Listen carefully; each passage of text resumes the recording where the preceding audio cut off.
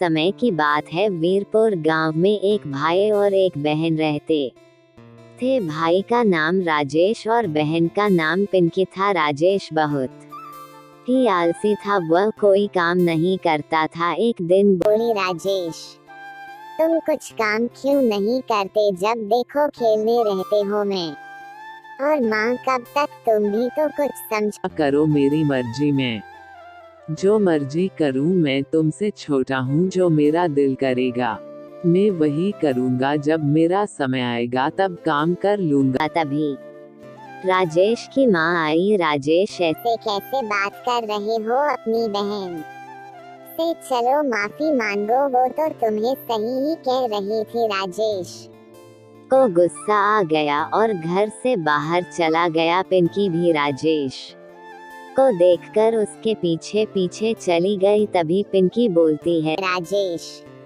राजेश इतने गुस्से से कहाँ जा रहे हो? वन में जा रहा हूँ लकड़ी काटने। जब देखो तुम सब मुझे ताना मारते रहते हो।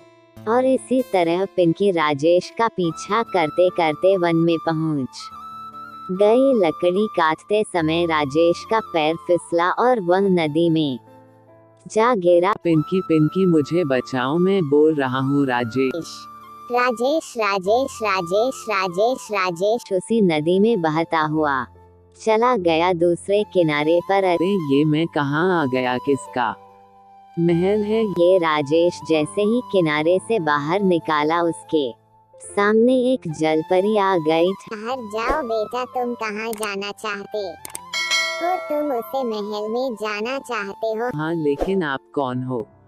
मैं जलपरी हूँ और किनारे पर एक जादुई महल है। उस महल में तुम्हें जो चाहिए वो मिल जाएगा। जलपरी जी, जो भी चाहिए यानी कि खेलना खाना पीना सब कुछ मिलेगा? हाँ, मैं तो बस उस महल की रखवाली करती हूँ। जलपरी जी, मुझे भी उस जादुई महल में जाना है। मैं कुछ समय अपने घर वाले से दूर रहकर यहाँ रहूंगा। मेरे घर वाले तब मुझे समझोगे। तुम महल में तो रह सकते हो, लेकिन मेरी इजाजत के बिना बाहर नहीं आ सकते। हाँ, जलपरी की ठीक है। तभी राजेश महल से चला गया और तभी महल का दरवाजा बंद हो गया। कितना सुंदर और बड़ा महल है। अब तो मैं बड़े मौज से रहूंगा, खाऊंगा और पीऊंगा। तभी राजेश महल में बोला, राजेश जादुई महल, चलो मुझे सोना है। एक सुंदर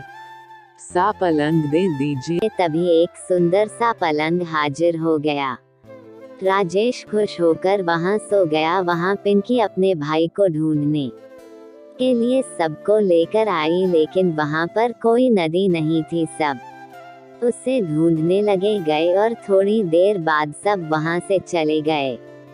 राजेश कुछ जादुई महल में बहुत खुश था। जब वो खाने को मांगता तो खाना आ जाता। अब वो पूरे दिन खेलता कूदता रहता। राजेश कुछ दिन तक तो खुश था, लेकिन फिर उदास रहने लगा। उसे घर की और माँ की याद सताने लगी और एक दिन उसने खुद से कहा, मुझे सबकी याद आ रही है। मैं इतने दिनों से यहाँ हूँ, सब बहुत परेशान हो रहे होंगे, मुझे जाना चाहिए। तभी राजेश महल से बाहर निकलने लगा तो उसे जोर से झटका लगा और बहुत दूर जाकर गिरा। राजेश रोते रोते बोला, मुझे जाना है, मैं यहाँ नहीं रह सकता, मुझे जाना दो, मुझे जाने दो। महल बोला, अब तुम यही रहो, जब जलपरी का आदेश आएगा तभी तुम जा सकते हो। राजेश जोर जोर से जलपरी को आवाज देने लगा। तभी जलपरी आ गई और कहने लगी, क्या हुआ राजेश? जलपरी जी, मुझे यहाँ नहीं रहना है, मुझे घर जाना है। लेकिन तुम ही तो चाहते थे कि तुम ऐसा आराम से रहो। नहीं नहीं, मुझे बस अपने परिवार के पास जाना है। मैं अब सब काम करूँगा, अपने घर वालों को शिकायत का मौका नहीं दूंगा। तभी जलपरी ने उसकी बात मानी और महल से आजाद कर दिया। राजेश दौड़ते हुए अपने घर पहुंचा। यहाँ सब आराम का काम कर रहे थे। अरे राजेश, क्या हुआ, तुम तो अभी अभी वन गए थे ना लकड़ी काटने में। भी तुम्हारे साथ ही थी लेकिन तुम दिखे नहीं तो मैं वापस आ गई। राजेश सोचने लगा, मैं तो काफी दिन से घर से बाहर था, जादुई महल में था, लेकिन पिंकी ऐसा क्या बोल रही है कि मैं अभी गया था। राजेश को पता चला कि वह जब तक जादुई महल में था समय वही रुका हुआ था। पिंकी सब कुछ भूल चुकी थी, इसलिए किसी को पता नहीं चल यहाँ सब जादुई महल का जादू है, यहाँ सिर्फ राजेश ही जानता है। अगली सुबह जल्दी उठकर राजेश बाहर वन में लकड़ी काटने चला गया। जब ये लौटा तब माँ और पिंकी उसके पास आई और कहने लगे, राजेश तुम बड़े मेहनती हो गए बेटा, हमें माफ कर दो, हम तुम्हें ऐसे ही बोल रहे थे। नहीं मन, अब मुझे समझ आ गया है कि काम कितना जरूरी है, अब मैं आराम नहीं काम करूंगा। इस तरह हम और पिंकी दोनों ने राजेश को गले लगा लिया।